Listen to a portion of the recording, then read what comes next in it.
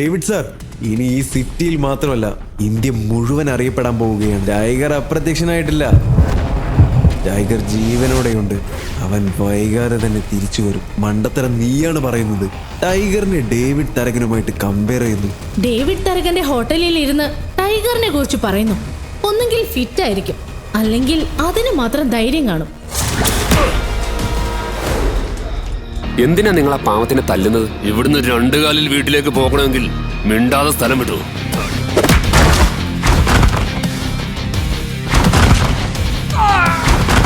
നിമിഷങ്ങൾക്കകം അഭിനവ് അവിടുത്തെ അന്തരീക്ഷവും സമയവും മാറ്റിമറിച്ചു. മരണത്തെ കൺമുന്നിൽ കണ്ടു നിന്നിരുന്ന ജോണി എന്നു പേരുള്ള ആ പയ്യൻ അഭിനവിന്റെ ഈ രൂപം കണ്ട് ഞെട്ടിപ്പോയിരുന്നു. അവനെ സംബന്ധിച്ച് അഭിനവ് ദൈവത്തിന് തുല്യനായിരുന്നു. അപ്പോൾ അവനെ രക്ഷിച്ച് അവിടെ നിന്നും കൊണ്ടുപോകാൻ തുടങ്ങിയപ്പോൾ ജോണി ചോദിച്ചു, ചേട്ടാ, നിങ്ങൾ ആരാ? ഞാൻ ടൈഗർ. നീ നിന്നെ കുറിച്ചൊന്നും പറയില്ലെന്ന് ഡിസൈഡ് ചെയ്ത് കഴിഞ്ഞല്ലേ? എന്തിനെ കുറിച്ചാ?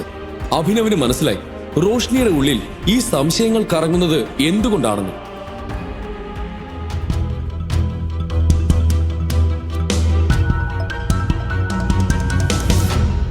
ഹലോ, ഇതെന്താ അഭിനവ്? നിങ്ങൾ കാർ എടുക്കുകയാണോ? നിങ്ങൾ ആരാ? നിങ്ങൾക്ക് എന്താ വേണ്ടത്? ഞാൻ റോഷ്നി, നിങ്ങളുടെ ഭാര്യയുടെ കൂട്ടുകാരിയാണ്. വിക്രമിന്റെ പാർട്ടിയിൽ വെച്ച് അഭിനവ് റോഷ്നിയെ കണ്ടിരുന്നു. അന്ന് അഭിനവ് അവളോട് സംസാരിച്ചില്ലെങ്കിലും പാർട്ടിയിൽ വെച്ച് അവൾ തുടർച്ചയായി അഭിനവിനെ നോക്കുന്നുണ്ടായിരുന്നു. അഭിനവ് ഈ ലോകത്തിന് കാണിച്ചു കൊടുക്കുന്ന ഒന്നും യഥാർത്ഥമല്ലെന്ന് അവൾക്ക് സംശയമുണ്ടായിരുന്നു. ഈ ചോദ്യം ഞാൻ നിങ്ങളോടാ ചോദിക്കണ്ടേ? നിങ്ങൾക്ക് എങ്ങനെ ഇവിടെ ഒരു കാർ വാങ്ങാൻ വരാൻ കഴിയും? നിങ്ങളൊരു ദരിദ്രനാണെന്നാണല്ലോ അനന്യ എന്നോട് പറഞ്ഞത്. അതെ, ഞാനൊരു പാവപ്പെട്ടവനാണ്. ഞാനിത് എന്റെ ബോസിന് വേണ്ടി വാങ്ങുകയായിരുന്നു. റോഷ്നി കുറച്ചുനേരം അവനെ നോക്കിയിട്ട് പറഞ്ഞു, നേരോ? നിങ്ങൾ കള്ളം പറയുമല്ലേ? ഞാൻ എന്തിനു നിങ്ങളോട് കള്ളം പറയണം? എനിക്കറിയില്ല. വേണ്ട, ഞാനൊരു കാര്യം ചെയ്യാം. ഞാൻ അനന്യയെ ഇങ്ങോട്ട് വിളിക്കാം. ദൂരെ നിന്നെങ്കിലും അവൾ നിങ്ങളെ കാറിൽ കാണുമ്പോൾ സന്തോഷിക്കും. വേണ്ട വേണ്ട, അവളെ എന്തിനാണ് ഇവിടേക്ക് വിളിക്കുന്നത്? അവളെ എന്തിനും ബുദ്ധിമുട്ടിക്കണം? റോഷ്നി പറ, റോഷ്നിക്ക് ഞാൻ എന്തെങ്കിലും സഹായം ചെയ്തു തരണം. നിങ്ങൾ എനിക്കൊരു ട്രീറ്റ് തരുമോ? എന്താ, നിങ്ങൾ എന്നെ ട്രീറ്റിന് കൊണ്ടുപോവില്ലേ? നോക്ക്, ഞാൻ നിങ്ങളുടെ ഭാര്യയുടെ കൂട്ടുകാരിയാണ്. നിങ്ങൾ എന്റെ ആവശ്യം തള്ളിക്കളയുമെന്ന് ഞാൻ കരുതുന്നില്ല. അഭിനവ് മറുപടി പറയുന്നതിന് മുൻപ് റോഷ്നി കാറിന്റെ വാതിൽ തുറന്ന് പാസഞ്ചർ സീറ്റിലിരുന്നു. അപ്പോഴേക്കും മാനേജർ രേഖകളുമായി വന്നു. അദ്ദേഹം രേഖകൾ അഭിനവിന് നൽകി.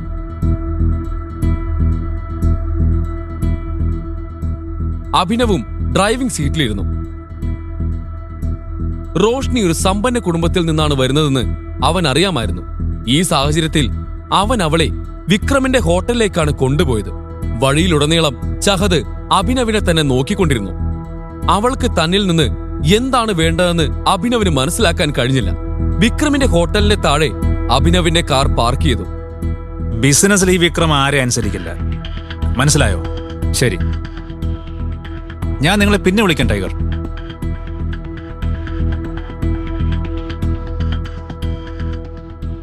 അഭിനവിന്റെ ഫോൺ റിങ് ചെയ്തു. അത് വിക്രമിന്റെ കോളാണെന്ന് അവൻ കണ്ടു. വിക്രം? ഹലോ ടൈഗർ, എന്തു പറ്റി? എന്റെ ഓഫീസിന് താഴെ നിങ്ങളുടെ കാർ വരുന്നത് ഞാൻ കണ്ടു. എല്ലാം ഓക്കെ അല്ലേ? യെസ് യെസ്, സത്യത്തിൽ ഞാൻ ഹോട്ടലിൽ ഒരാളുമായി ലഞ്ച് കഴിക്കാൻ വന്നതാണ്. അത് ഞാൻ കണ്ടു. നിങ്ങളൊരു കാര്യം ചെയ്യും, ആദ്യം എന്റെ ഓഫീസിലേക്ക് വരൂ. ഞാൻ എന്റെ VIP കാർഡ് തരാം. അതുണ്ടെങ്കിൽ നിങ്ങൾക്ക് 2 പേർക്കും VIP പരിഗണന ലഭിക്കും. എന്തുപറ്റി? നമുക്ക് പോവാം. റോഷ്നി, ഇവിടെ നിൽക്കൂ. എനിക്കൊരു പ്രധാനപ്പെട്ട ജോലിയുണ്ട്, ഞാനത് തീർത്തിട്ട് വരാം. റോഷ്നി അവൻ പോകുന്നത് നോക്കി നിന്നു. അത് വിക്രമിന്റെ ഓഫീസാണെന്ന് അവൾക്ക് നന്നായി അറിയാമായിരുന്നു. എന്നാൽ അഭിനവ് അവിടെ എന്താണ് ചെയ്യാൻ പോകുന്നത്? എന്തിനാണ് വിക്രം അവനെ അങ്ങോട്ട് വിളിച്ചത്? റോഷ്നി അഭിനവിനെ സംശയിക്കാൻ തുടങ്ങി. Welcome tiger, welcome. All good? Yes, all good. ഇതാണ് VIP കാർഡ്.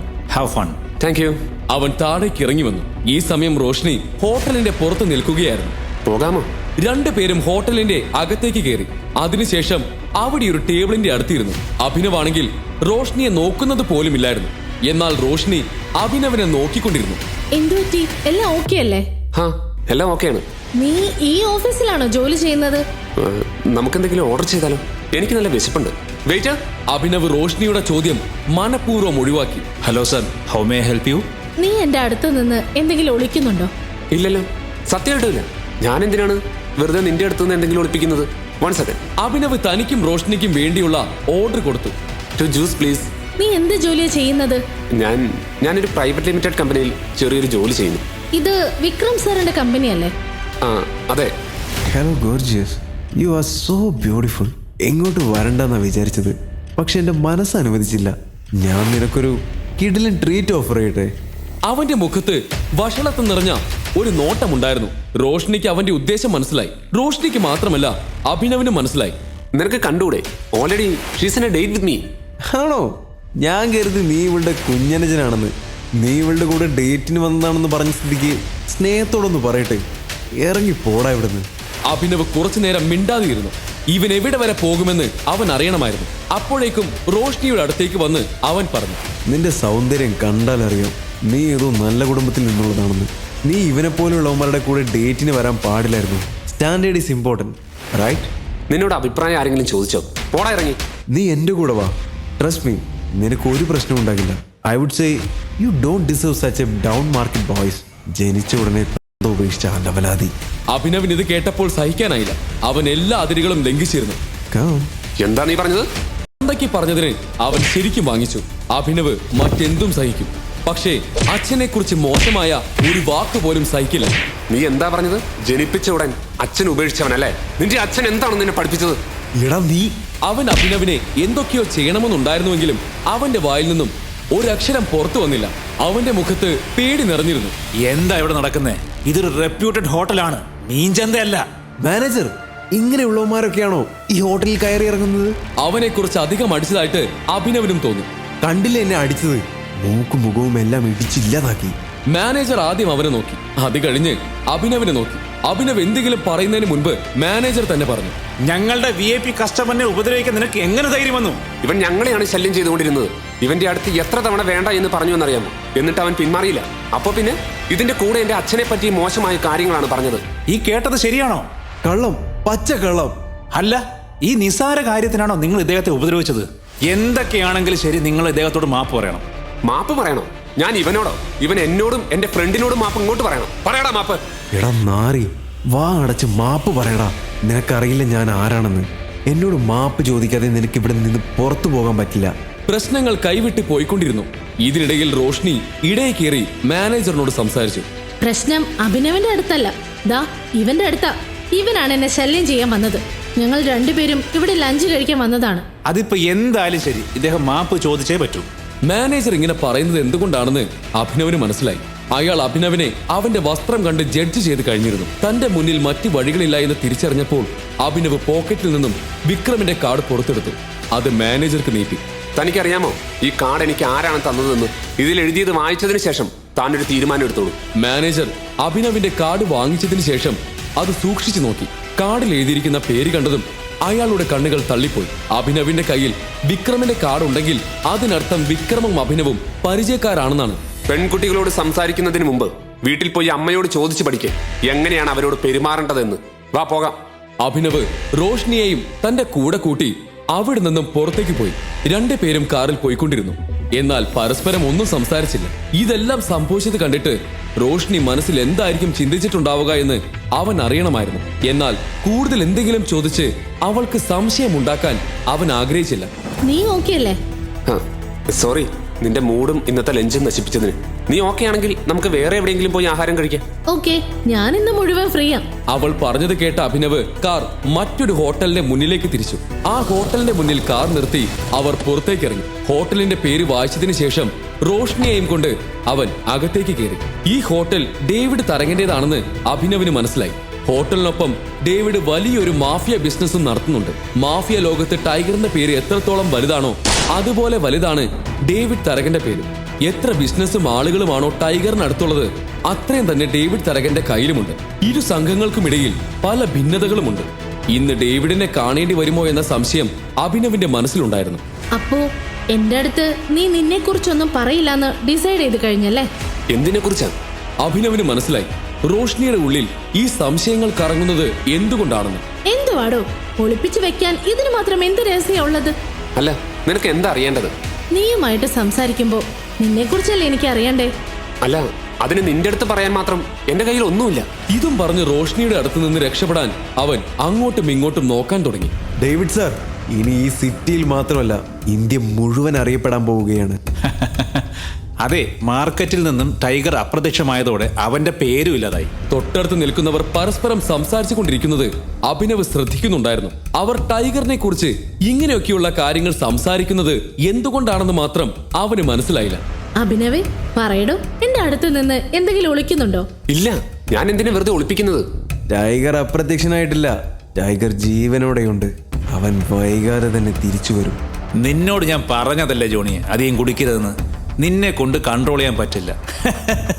ഓരോ മണ്ടത്തരം പറഞ്ഞുകൊണ്ടിരിക്കും. ഇവന്മാരുടെ ധൈര്യം കണ്ടില്ലേ?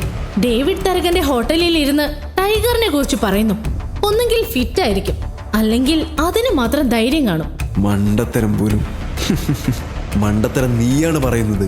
ടൈഗറിനെ ഡേവിഡ് തരകനുമായിട്ട് കമ്പയർ ചെയ്യുന്നു. വിസ്കിയും നാടൻ ചാരയുമായി എന്ത് താരതമ്യം? ഞാൻ പറയുകയാണ്, ടൈഗർ ജീവനോടെയുണ്ട്. He will return soon. Johnny പറയുന്ന വാക്കുകൾ കേട്ടപ്പോൾ അഭിനവ് ശരിക്കും ഞെട്ടി. ജോണി മദ്യത്തിന്റെ പുറത്ത് പറയുന്നതാണോ അതോ തെളിവുകളുടെ അടിസ്ഥാനത്തിൽ പറയുന്നതാണോ എന്ന് അവൻ അറിയണമായിരുന്നു. അഭിനവ്, നീ ഇപ്പൊ എന്താ പറഞ്ഞേ? നീ എന്റെ കൂട്ടുകാരിയോട് കള്ളം പറയുകയാണോ? ഏത് കൂട്ടുകാരി? അനന്യ. അനന്യ? ഇല്ല, ഞാൻ എന്തിനാണ് അവളോട് കള്ളം പറയുന്നത്? അങ്ങനെയൊന്നുമില്ല.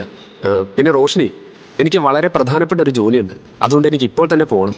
നിനക്കറിയാലോ, ഞാൻ അനന്യയുടെ ഭർത്താവാണ്. വീട്ടിലെത്താൻ ഒരല്പം വൈകിയാൽ അവൾ എന്നെ കൊല്ലും. അവൾക്ക് സംശയം തുടങ്ങും. സംശയമോ? നിന്നെ കുറിച്ചോ? അവൾക്ക് നിന്നെ കാണുന്നത് പോലും ഇഷ്ടമല്ല. നിന്നെ കുറിച്ച് അവൾ ചിന്തിക്കുന്ന പോലുമില്ല. പിന്നെന്തിനാ അവൾക്ക് നിന്നെ സംശയം? അതെ, എനിക്കറിയാം. എങ്കിലും എനിക്കിപ്പോ പോയേ പറ്റൂ. ഞാൻ നിന്നെ വീട്ടിൽ വിടണോ? നമ്മൾ ഇനി എപ്പോഴാ കാണുക? ഇതിന് മറുപടി പറയാതെ റോഷ്നിക്കൊപ്പം അഭിനവ് ഹോട്ടലിൽ നിന്ന് പുറത്തിറങ്ങി.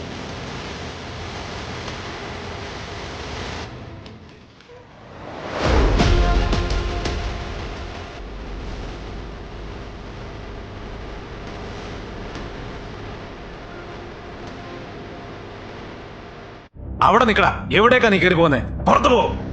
അപ്പോഴാണ് ദേവൻ അവിടേക്ക് വന്നത്. അവൻ അഭിയെ നോക്കി ഒരു പരിഹാസ ചിരിയോടെ പറഞ്ഞു, ഓഹോ, ആരാ വന്നിരിക്കുന്നതെന്ന് നോക്കിയേ. എന്ത് ധൈര്യത്തിലാണ് നീ ഇവിടേക്ക് വന്നത്? സെക്യൂരിറ്റി, ഈ ദരിദ്രവാസിയെ ഒരു കാരണവശാലും അകത്തേക്ക് കടത്തിവിടരുത്. വിക്രം സാറിനെ ശല്യം ചെയ്യാൻ വേണ്ടി മാത്രമാണ് ഇവൻ ഇവിടേക്ക് വന്നത്. എടാ, ഞാൻ നിനക്കൊരു അഡ്വൈസ് തരാം. നീ ഒരു ദരിദ്രവാസിയാണെന്ന കാര്യം ആദ്യം നീ അക്സെപ്റ്റ് ചെയ്യണം. എന്നിട്ട് അതനുസരിച്ച് ജീവിക്കാൻ പഠിക്കണം. ദേവന്റെ സംസാരം കേട്ട് അഭിനവിന് ദേഷ്യം വന്നു. ദേവന്റെ മോശം പെരുമാറ്റം അവനെ മടുപ്പിച്ചിട്ടുണ്ടായിരുന്നു. അഭിക്ക് വേണമെങ്കിൽ ദേവന് മറുപടി കൊടുക്കാമായിരുന്നു. പക്ഷെ തന്റെ ഫോൺ എടുക്കുന്നതാണ് നല്ലതെന്ന് അവൻ കരുതി. അവൻ വിക്രമിനെ വിളിക്കാൻ പോവുകയായിരുന്നു. എന്നാൽ വിക്രമിനെ വിളിക്കുന്നതിന് മുൻപ്, ഇവിടെ എന്താ നടക്കുന്നേ? അഭി എന്റെ കൂടെ വന്നതാ. You wanna say something? ദേവനിപ്പോ പോ. അഭി എന്റെ കൂടെ വരൂ. ദേവൻ ഒരു നിമിഷം അപമാനിതനായ പോലെ തോന്നി. അന്ന് പാർട്ടിയിൽ വെച്ചും പിന്നെ ഇപ്പോഴും ദേവൻ അഭിയുടെ മുന്നിൽ തോൽക്കേണ്ട അവസ്ഥ വന്നു. ഞാൻ ഇവിടെ വരുന്ന കാര്യം നിങ്ങൾ വിക്രമിനോട് പറഞ്ഞിരുന്നോ?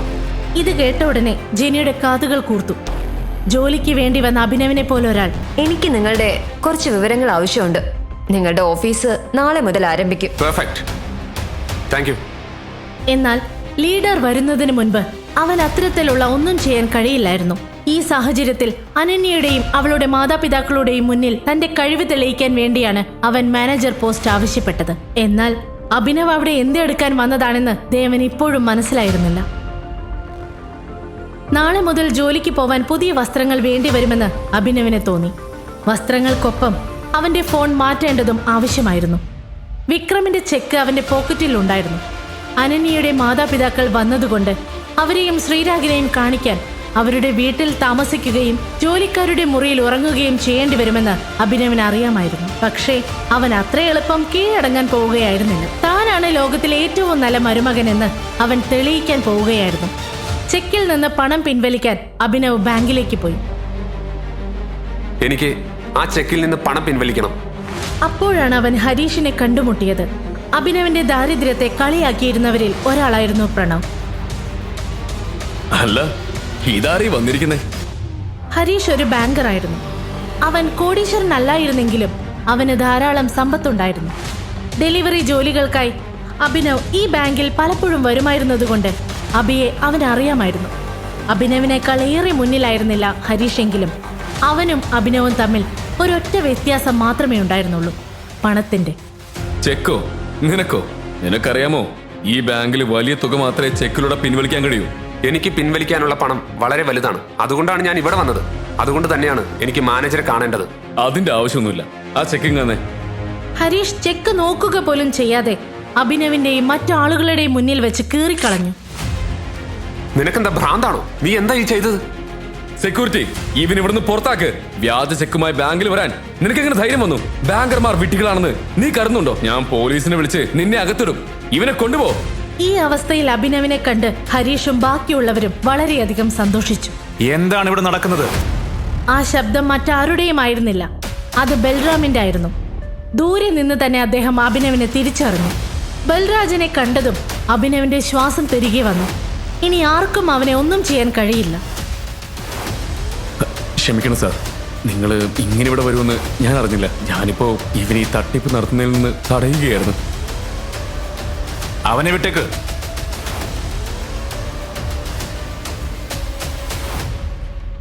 അഭിനവ് നിശബ്ദമായി ബൽരാജിനെ പിന്തുടർന്നു. എന്നാൽ ബൽറാം എന്തിനാണ് അഭിനവിനെ കൂടെ കൊണ്ടുപോകുന്നതെന്ന് ഹരീഷിനും മറ്റുള്ളവർക്കും മനസ്സിലാക്കാൻ കഴിഞ്ഞില്ല. ഹരീഷും അവരെ പിന്തുടരാൻ തുടങ്ങിയപ്പോൾ ബൽറാം പറഞ്ഞു, ഞാൻ നിന്നോട് എന്റെ കൂടെ വരാൻ പറഞ്ഞോ? ഇല്ല സാർ. ബൽറാം അവനെ നോക്കിയപ്പോൾ ഹരീഷിന്റെ കാലുകൾ നിശ്ചലമായി. ബൽറാമിന്റെ പെരുമാറ്റം കണ്ട് അഭിനവ് ഭയന്നു. ബൽറാം അവിടെയുള്ള ആളുകൾക്ക് അഭിനവിന്റെ ഐഡന്റിറ്റിയെ കുറിച്ച് സംശയം തോന്നിക്കുന്ന ഒന്നും ചെയ്യില്ലെന്ന് അവൻ പ്രത്യാശിച്ചു. ഇവൻ ഒരു തെറ്റ് ചെയ്തിട്ടുണ്ടെങ്കിൽ മാനേജർക്ക് അതിനെക്കുറിച്ച് അറിയണം. നിങ്ങൾ നിങ്ങളുടെ തലത്തിലാണ് നടപടിയെടുക്കുന്നതെങ്കിൽ ഒരുപക്ഷെ മാനേജർക്ക് അതൃപ്തി തോന്നാൻ സാധ്യതയുണ്ട്. ശരി സാർ. വരൂ. ബൽരാജ് അഭിനവിനെ നോക്കി തന്റെ കൂടെ അകത്തേക്ക് വരാൻ ആംഗ്യം കാണിച്ചു. ഇരുവരും ഒരുമിച്ച് മാനേജറുടെ ക്യാബിനിലേക്ക് പ്രവേശിച്ചു. മാനേജർ കസേരയിലിരുന്ന് കമ്പ്യൂട്ടറിൽ ജോലി ചെയ്യുകയായിരുന്നു. അദ്ദേഹത്തിന്റെ ശ്രദ്ധ ആകർഷിക്കാൻ ബൽറാം വാതിൽ ശക്തിയായി അടച്ചു. പെട്ടെന്ന് മാനേജറുടെ കണ്ണ് വാതിലിൽ പതിഞ്ഞു. ബൽരാജ് മുന്നിൽ നിൽക്കുന്നത്. ടൈഗർ, നിങ്ങളെ കണ്ടതിൽ സന്തോഷമുണ്ട്. നിങ്ങൾ ഇവിടെ ഉള്ളത് കൊണ്ട് തന്നെ തീർച്ചയായും നിങ്ങൾ ഞങ്ങളെ എല്ലാ പ്രശ്നങ്ങളിൽ നിന്നും രക്ഷിക്കുമെന്ന് ഞങ്ങൾക്ക് ഉറപ്പുണ്ട്. അതൊക്കെ ഇദ്ദേഹം ചെയ്തോളും. പക്ഷെ ആദ്യം നിങ്ങൾ നിങ്ങളുടെ സ്റ്റാഫിനെ ഒരു പാഠം പഠിപ്പിക്കണം. അഥവാ ഞാൻ എൻ്റെ വഴിക്കൊരു പാഠം പഠിപ്പിച്ച പിന്നെ എന്താണ് സംഭവിക്കുന്നതെന്ന് നിങ്ങൾക്കറിയാമല്ലോ. എന്തുപറ്റി? അവരെന്താ ചെയ്തത്? അഭിനവിന് സംഭവിച്ച കാര്യങ്ങളെല്ലാം അദ്ദേഹം മാനേജറോട് പറഞ്ഞു. ഇത് കേട്ടുടൻ അദ്ദേഹത്തിന് രക്തം തിളച്ചു. അവൻ എങ്ങനെ അതിന് ധൈര്യം വന്നു? ഞാൻ അവനൊരു പാഠം പഠിപ്പിക്കാം. അദ്ദേഹം ശരവേഗതയിൽ ഹരീഷിനോട് തന്റെ ക്യാബിനിലേക്ക് വരാൻ ആവശ്യപ്പെട്ടു. ഹരീഷ്, ഹരീഷ്, അകത്തേക്ക് വാ. ഇതിനിടയിൽ ഹരീഷ് അവിടെ എത്തി. നീ എന്താണ് ചെയ്തത്? അവൻ കൊണ്ടുവന്ന ചെക്ക് കീറിയത് ആരാണ്? സാർ, ഇവനൊരു ഡെലിവറി ബോയ് ആണ്. അവൻ ബാങ്കിൽ കൊണ്ടുവന്നത് ഒരു വ്യാജ ചെക്കായിരുന്നു. അവൻ എന്താണ് വിചാരിച്ചത് ഇവിടെ ലോട്ടറി സിസ്റ്റം ആണെന്നോ? ഞാൻ കമ്പ്യൂട്ടറിൽ അവന്റെ ചെക്ക് വിവരങ്ങൾ പരിശോധിച്ചു. ഒരു ഡാറ്റയും ശരിയല്ലായിരുന്നു. നിനക്ക് ഉറപ്പാണോ? അതെ സർ. ഈ ഡെലിവറി ബോയ് കൊണ്ടുവന്ന ചെക്ക് ആരുടേതാണെന്ന് നിനക്കറിയാമോ? വിക്രം സാറിൻ്റെത്. എന്ത്? അതെ, നീ ഇയാളോട് ചെയ്തതൊക്കെ ശരി. പക്ഷെ നീ അദ്ദേഹത്തിന്റെ ചെക്കിനോട് ചെയ്തത് വിക്രം സാർ അറിഞ്ഞാൽ അദ്ദേഹം നിന്നെ എന്ത് ചെയ്യുമെന്ന് നിനക്ക് വല്ല ഊഹവുമുണ്ടോ? ചെക്ക് എവിടെ? സർ, ഇതാ. നിനക്കിതിന് എങ്ങനെ ധൈര്യം വന്നു? ഒരു കാര്യം ചെയ്യൂ, ഈ കീറിയ കഷ്ണങ്ങൾ ഓരോന്നായി നീ കൃത്യമായി പറക്കി വെക്ക്. എന്നിട്ട് പഴയ പോലെ ആക്ക്. സാർ എന്താ പറയുന്നേ? അതെ, ഈ ദൗത്യത്തിന് ശേഷം ഞാൻ നിന്നെ പുറത്താക്കുകയാണ്. You will be fired. Sir, പക്ഷെ ഞാൻ എന്താ ചെയ്തത്? നിന്നെ പിരിച്ചുവിടുമെന്ന് ഞാൻ പറഞ്ഞത് നീ കേട്ടു. പക്ഷെ അതിനു മുമ്പ് ഞാൻ പറഞ്ഞത് നീ കേട്ടില്ലേ? അത് വീണ്ടും കൃത്യമായി മടക്കി വെക്കണമെന്ന് അറിഞ്ഞിരുന്നെങ്കിൽ ഹരീഷ് ഇത്രയധികം ദേഷ്യപ്പെടില്ലായിരുന്നു. ഹരീഷ് മാനേജറെ നോക്കി. ഈ ചെക്ക് വിക്രം സാറിൻ്റെതാണ്. ഇത് കൃത്യമായി അടുക്കി വെക്കണം. അതിലെന്തെങ്കിലും വീഴ്ച നീ വരുത്തിയ ചവിട്ടി നിന്റെ നട്ടല് ഞാൻ ഓടിക്കും. പിന്നെ ലോകത്തെ ഒരു ബാങ്കിലും നിനക്ക് പിന്നെ ജോലി ചെയ്യാൻ കഴിയില്ല. ഇറങ്ങിപ്പോടാ. ഭയന്നു പോയ ഹരീഷ് അഭിനവിനെ നോക്കി. വിക്രം കൊടുത്ത ചെക്കിന്റെ കാര്യത്തിലും മാനേജറുടെ ഭാഷയിലും ഹരീഷ് എന്താണ് സംഭവിക്കുന്നതെന്ന് മനസ്സിലാവാതെ അവിടെ നിന്നും പോയി. എന്നിട്ട് അവൻ ചെക്കിന്റെ കഷ്ണങ്ങൾ മടക്കാൻ തുടങ്ങി. തന്റെ പരാതിയുമായി മാനേജറുടെ അടുത്തേക്ക് വന്നത് നന്നായെന്ന് അഭിനവിനുള്ളിൽ തോന്നി. എന്നാൽ ഹരീഷ് ഇതുപോലെ എത്രയോ പേരോട് മോശമായി പെരുമാറിയിട്ടുണ്ടാവാം. മറുവശത്ത് ബൽറാമും അദ്ദേഹത്തിന്റെ മാനേജറും എന്തുകൊണ്ടാണ് ഒരു ഡെലിവറി ബോയിയെ ഒരു ഭിക്ഷക്കാരനെ സഹായിക്കുന്നതെന്ന് ഹരീഷിന് മനസ്സിലാക്കാൻ കഴിഞ്ഞില്ല. ഒടുവിൽ ഹരീഷ് വളരെ കഷ്ടപ്പെട്ട് ചെക്ക് മടക്കി. I am really very sorry. എന്നാലും ടൈഗർ, ഇത്രയും വർഷം നിങ്ങൾ എവിടെയായിരുന്നു? ആദ്യം നിങ്ങളിത് പറയൂ. എന്റെ അച്ഛനുമായി നിങ്ങൾക്ക് എങ്ങനെയാണ് ബന്ധം? ഞാൻ അദ്ദേഹത്തിന്റെ ടീമിലെ ഒരു അംഗമാണ്. ശ്രദ്ധിക്ക്, ടൈഗർ തിരിച്ചെത്തിയിരിക്കുന്നു. പക്ഷെ ലീഡറിന്റെ വരവിനെക്കുറിച്ച് ആരും അറിയരുത്, ഇല്ലെങ്കിൽ കളി മാറും. ബൽറാം സാർ പറഞ്ഞത് ശരിയാണ്. ഞങ്ങൾ സിംഹങ്ങൾക്കിടയിൽ ഒരു ഒളിഞ്ഞു നിൽക്കുന്ന ഒരു മറയുണ്ട്. അത് നമ്മുടെ ശത്രുക്കൾക്ക് എല്ലാ വിവരങ്ങളും നൽകും. അതുകൊണ്ട് നമ്മൾ തീർച്ചയായും ശ്രദ്ധിക്കണം ടൈഗർ. നിങ്ങൾ എന്താണ് ഉദ്ദേശിക്കുന്നത്? ഒറ്റുകാരനോ? അതെ, ഇതിനെക്കുറിച്ച് ലീഡർ നിങ്ങളോട് വിശദമായി പറയും. അതുവരെ ഈ മറയിൽ നിന്ന് പുറത്തിറങ്ങരുത്. ഇരുട്ടി തന്നെ നിൽക്കണം. ആ സമയം നിങ്ങളുടെ അച്ഛന്റെ, അതായത് ഞങ്ങളുടെ സഞ്ജയന്റെ കൊലയാളിയെക്കുറിച്ച് ഞങ്ങളോട് പറയൂ. കൂടാതെ ഈ ചെന്നായെക്കുറിച്ചും. അഭിനവിന്റെ മനസ്സിൽ ഒരൊറ്റ പേരേ ഉണ്ടായിരുന്നുള്ളൂ, ഡേവിഡ്. റാണ സഞ്ജയനെ ചതിച്ചതുപോലെ ഡേവിഡും അവന്റെ അച്ഛന്റെ പാത പിന്തുടരുമെന്ന് അഭിനവന് ഉറപ്പായിരുന്നു. റാണയെ സ്വന്തമായി കരുതിയ ഈ ആളുകളെക്കുറിച്ച് അവന് മനസ്സിലാക്കാൻ കഴിയുന്നില്ലായിരുന്നു. ഈ കൂട്ടത്തിൽ ഇനി ആരെയാണ് കാണാനുള്ളത്? നിന്റെ മുന്നിലുള്ള ഈ മാനേജറെയും കണ്ടു, നീ എന്നെയും വിക്രമനെയും കണ്ടു. അമർ, സുൽത്താൻ, അലീന, ഇവരാണ് ബാക്കിയുള്ള 3 പേർ. അലീന? ഞങ്ങളുടെ ഗ്രൂപ്പിൽ ഒരു പെൺകുട്ടിയുണ്ടോ? അതെ, ഇതിനു മുമ്പ് അവളുടെ അമ്മായിയായിരുന്നു ഈ സ്ഥാനത്ത്. 1 വർഷം മുമ്പ് അവർ മരിച്ചു. അതുകൊണ്ട് അലീന അവരുടെ സ്ഥാനം ഏറ്റെടുത്തു. അവൾ വെറുമൊരു പെൺകുട്ടിയല്ല, അവൾ തീയാണ്, ജ്വലിക്കുന്ന തീ. അവളൊരു കൊടുങ്കാറ്റാണ്. അലീനെ പോലൊരു പെൺകുട്ടിയെ ഞാൻ എൻ്റെ ജീവിതത്തിൽ കണ്ടിട്ടില്ല. രൂപം, ബുദ്ധി, ആറ്റിറ്റ്യൂഡ് ഇവയെല്ലാം അവൾക്കുണ്ട്. എനിക്കൊന്നും മനസ്സിലാവുന്നില്ല. അവൾ വാശിക്കാരിയാണ്. എന്റെ വാശിയേക്കാൾ കുറവാണ് അവളുടെ വാശിയെന്ന് തോന്നുന്നു. ഞങ്ങളുടെ ഗ്രൂപ്പിലെ ഒരേ ഒരു പെൺകുട്ടിയാണ് അവൾ എന്ന് പറയാം. പക്ഷേ അവളെ പറഞ്ഞു മനസ്സിലാക്കാൻ ഞങ്ങൾക്കാർക്കും കഴിയില്ല. ഇത് കേട്ട ഉടൻ എവിടേക്കാണ് ബൽറാം സംസാരിച്ചു വരുന്നതെന്ന് അഭിനവിന് മനസ്സിലായി. താനാണ് ടൈഗർ എന്ന് അലീനയെ ബോധ്യപ്പെടുത്തുക അത് അഭിനവിന് ബുദ്ധിമുട്ടുള്ള കാര്യമായിരിക്കും. എന്നിട്ടും ഈ വെല്ലുവിളി ഏറ്റെടുക്കുന്നത് അഭിനവ് ആസ്വദിക്കുകയായിരുന്നു.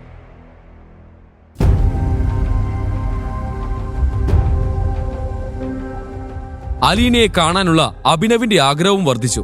ഇതിനിടയിൽ മാനേജർ പറഞ്ഞു, നിങ്ങൾ അവളെ ഉടൻ തന്നെ കാണും.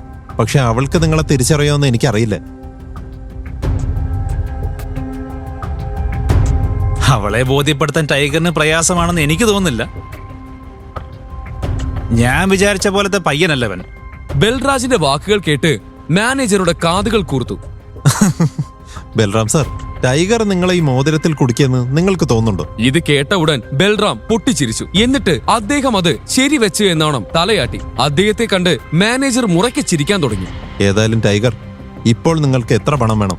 ഞാൻ തരാം. പിന്നീട് വിക്രം സാറിന്റെ ഓഫീസിൽ നിന്ന് ഞാൻ ചെക്ക് വീണ്ടും ഇഷ്യൂ ചെയ്യിച്ചോളാം. ഇപ്പോൾ എനിക്ക് 1 കോടി രൂപ വേണം. ബാക്കിയുള്ള 49 കോടി എന്റെ പുതിയ അക്കൗണ്ടിലേക്ക് ട്രാൻസ്ഫർ ചെയ്യണം. ഓക്കെ, ഞാനത് ശരിയാക്കി തരാം. ഇത് കേട്ട് മാനേജർ അവന് വേണ്ടി പണം എടുക്കാൻ പോയി. ബൽറാം, ഈ അലീന എന്ന പെൺകുട്ടിയെ കുറിച്ച് മറ്റെന്താണ് നിങ്ങൾക്കറിയാവുന്നത്?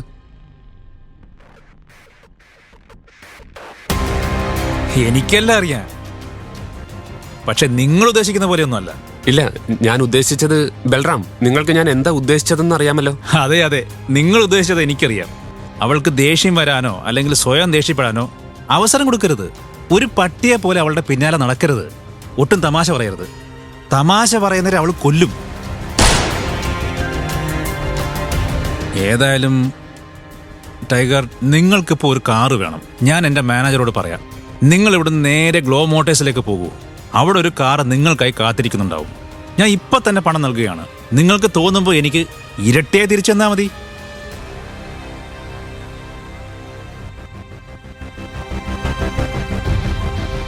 Thank you. ഈ കഥയുടെ ബാക്കി അറിയാൻ download pocket FM app. Link in description.